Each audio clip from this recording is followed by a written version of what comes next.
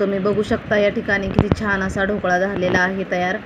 तर एकच कप बेसन पिठामध्ये मी हा ढोकळा तयार केलेला आहे। तर बघू शकता किती स्पंजी झालेला आहे आणि मी तुम्हाला एक दाखवते सुद्धा।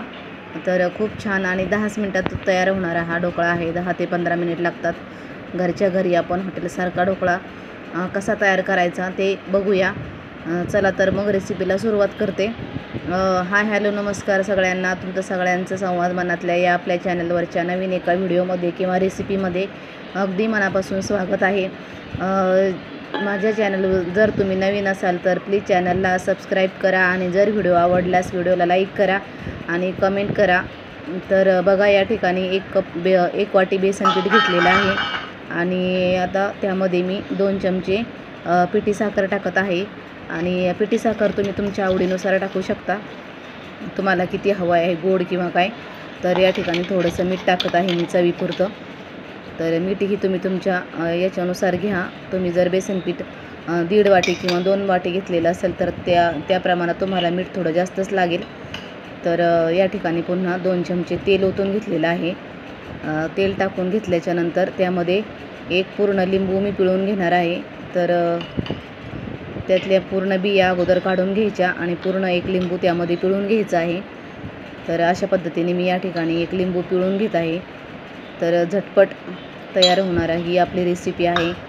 तर तुम्ही जर माझ्या चॅनलवर नवीन असाल आणि तुम्हाला जर माझे व्हिडिओ आवडत असतील तर प्लीज चॅनलला सबस्क्राईब करा। तर या ठिकाणी मी थोडासा खाण्याचा सोडा टाकलेला आहे। तुमच्याकडे तुम्ही इनो पावडर असली तर ती पण टाकू शकता, इनोचं एक पॅकेट।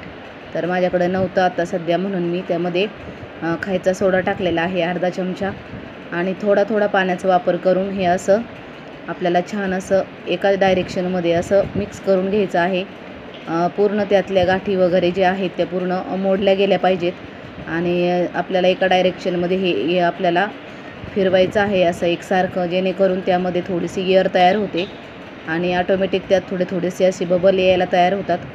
आपण त्यामध्ये सोडा टाकल्यामुळे थोडीशी त्याच्यामध्ये हवा निर्माण होते आणि अशा पद्धतीने आपण जर जास्त फेटलं तर एकदम आपला डोसा एकदम फुगतो जास्त असा।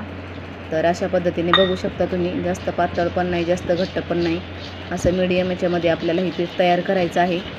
तर आता या ठिकाणी माझं हे तयार झालेलं आहे जे आपलं ढोकळ्याचं मिश्रण आहे ते। आणि आता डब्याला थोडंसं तेल लावते।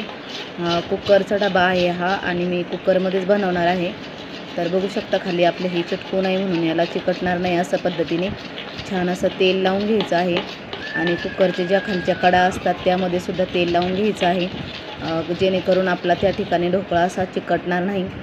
आणि अशा पद्धतीने बघा मी हे टाकून घेतलेलं आहे डब्यामध्ये आणि मग नंतर पूर्णपणे त्यामध्ये मग आपण मिश्रण ओतून घेतलं की त्यामध्ये लगेच मी असं टॅप करणार आहे।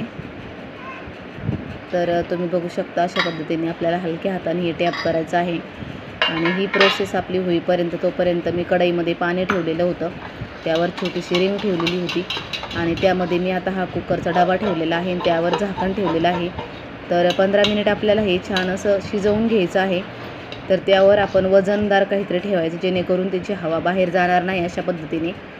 तर 10-15 मिनटं झालेली आहेत, मी एकदा चेक करून बघते आणि आपला ढोकळा छान असा तुम्ही बघू शकता किती छान असा आपला ढोकळा फुललेला आहे, फुगलेला आहे। तर त्यामध्ये मी सुरीच्या साहाय्याने थोडंसं टाकून बघितलं तर एकदम छान असं निघत आहे। तर आता तो ढोकळा मी साईडला ठेवलेला आहे, तोपर्यंत या ठिकाणी फोडणीची तयारी करून घेते। तर तेल थोडंसं गरम झालं की त्यामध्ये मोहरी टाकलेली आहे, जिरं टाकलेलं आहे आणि जिरं छान तडतडलं की त्यामध्ये लगेच थोडासा कढीपत्ता टाकलेला आहे आणि नंतर हिरवी मिरची टाकलेली आहे कट करून। हिरवी मिरची तुम्ही तुमच्या आवडीनुसार घेऊ शकता कमी जास्त। तर या ठिकाणी मला थोडीशी जास्तच तळायची होती त्यामुळे मी थोडीशी जास्त टाकलेली आहे, कारण थोडंसं तिखट छान लागतो ढोकळा। तर अशा पद्धतीने छान असं हे आपल्याला परतून घ्यायचं आहे 2 ते 3 मिनिट आणि त्यामध्ये मी 1.5 ग्लास पाणी टाकलेलं आहे आणि 2 चमचे साखर पण टाकलेली आहे। तर बघू शकता तिकडे छान अशी उकळी येत आहे आपलं जे आपल्याला मिश्रण जी फोडणी करायची आहे ती।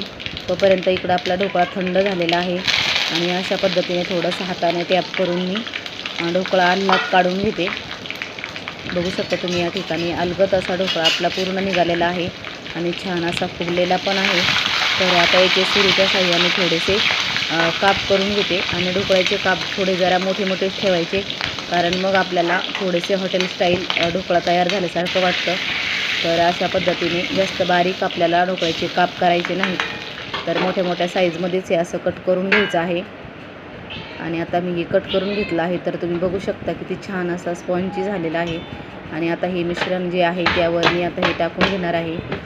तुमच्याकडे कोथिंबीर असेल तर तुम्ही टाकू शकता. माझ्याकडे कोथिंबीर संपलेली होती म्हणून मी टाकली नाही. आणि खूप छान आणि खमंग हा ढोकळा झालेला आहे.